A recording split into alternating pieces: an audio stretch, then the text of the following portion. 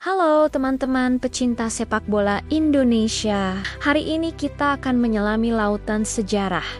Salah satu klub terbesar dan paling legendaris di tanah air. Klub yang tidak hanya tentang sepak bola, tapi juga tentang perjuangan, identitas, dan harga diri sebuah kota. Ya, kita akan membahas sejarah lahirnya Persebaya Surabaya. Kisah ini dimulai jauh sebelum nama Persebaya kita kenal, di era kolonial Belanda. Tepatnya pada 28 Agustus tahun 1926, berdirilah sebuah klub bernama Surabayaska Indische Voetbalbond atau yang lebih dikenal dengan S1VB. Pendirinya adalah dua tokoh luar biasa, Paijo dan M. Pamoeji. S1VB bukan sekadar klub sepak bola biasa. Di masa itu, sepak bola terpecah berdasarkan etnis. Ada klub untuk orang Belanda, Tionghoa, dan Arab. Nah, S1VB lahir sebagai wadah bagi para pemuda pribumi Surabaya untuk menyalurkan bakat dan semangat mereka di lapangan hijau. Ini adalah bentuk perlawanan, sebuah pernyataan bahwa anak bangsa juga punya tempat dan kemampuan yang setara. S1VB dengan cepat menjadi kekuatan yang diperhitungkan. Mereka bukan hanya jago kandang, tapi juga sering melakukan tur ke berbagai kota di Jawa, menyebarkan semangat persatuan melalui sepak bola. Bisa dibayangkan, di tengah tekanan kolonialisme, melihat tim pribumi bermain dengan gagah berani, pasti membakar semangat nasionalisme di dada para penonton. Setahun setelah berdiri, pada 19 April tahun 1927, S1VB bersama 6 BON atau perserikatan sepak bola lainnya, yaitu Bandungse Indonesiske Voetbalbond, Persatuan Sepak-Raga Mataram, dan lainnya berkumpul di Yogyakarta. Momen bersejarah ini melahirkan sebuah organisasi yang kita kenal sampai sekarang sebagai Persatuan Sepak Bola Seluruh Indonesia atau PSSI. Ya, S1VB, cikal bakal Persebaya, adalah salah satu pendiri PSSI. Ini membuktikan betapa besar peran Surabaya dalam fondasi sepak bola nasional kita. Waktu terus berjalan, semangat perjuangan pun semakin membara. Setelah era penjajahan Belanda berakhir dan Jepang datang, SIVB mengalami perubahan nama untuk menghilangkan jejak-jejak Belanda.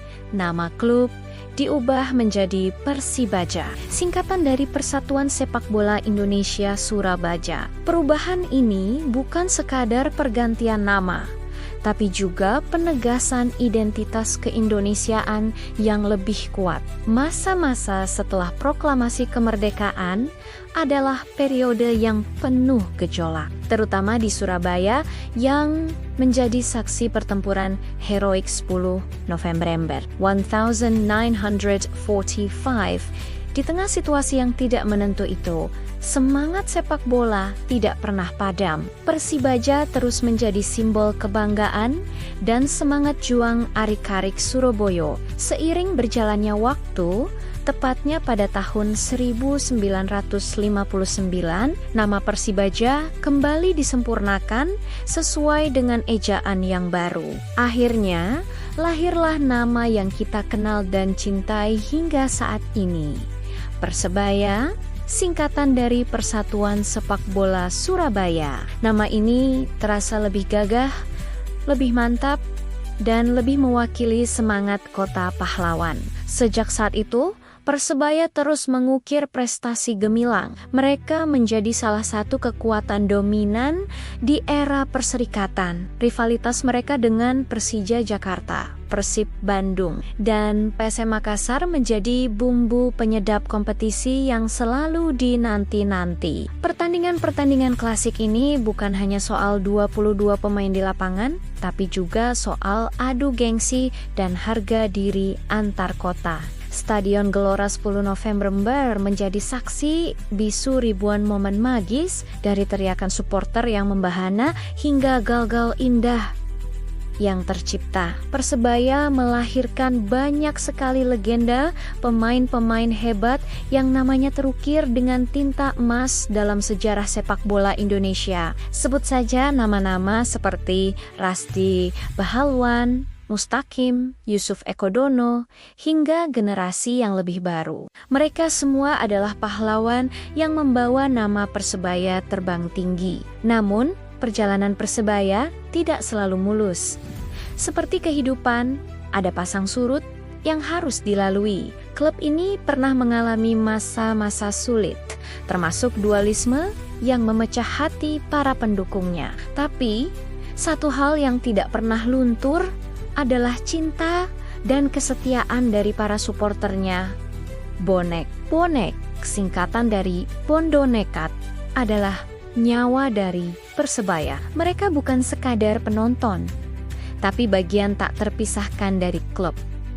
Loyalitas mereka teruji oleh waktu. Mereka rela melakukan apa saja, menempuh jarak ratusan kilometer hanya untuk mendukung tim kebanggaannya berlaga. Kreativitas mereka di tribun dengan nyanyian, koreografi, dan semangat yang tak pernah padam menjadi energi tambahan bagi para pemain di lapangan. Kisah perjuangan Bonek untuk mengembalikan Persebaya ke kasta tertinggi setelah masa-masa sulit adalah sebuah epik tersendiri. Gerakan Geruduk Jakarta dan berbagai aksi lainnya menunjukkan betapa dalamnya cinta mereka.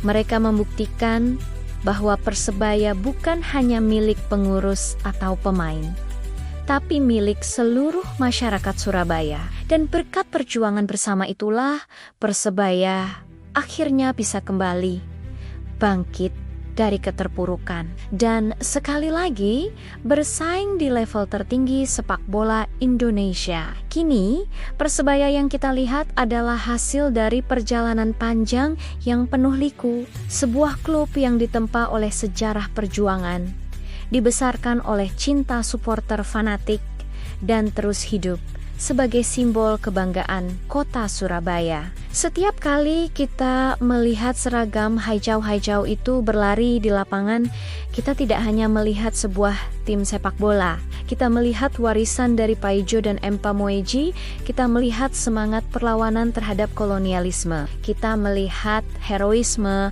pertempuran 10 November, dan kita melihat loyalitas tanpa batas dari Bonek, dari S1VB menjadi Persibaja, hingga akhirnya menjadi Persebaya.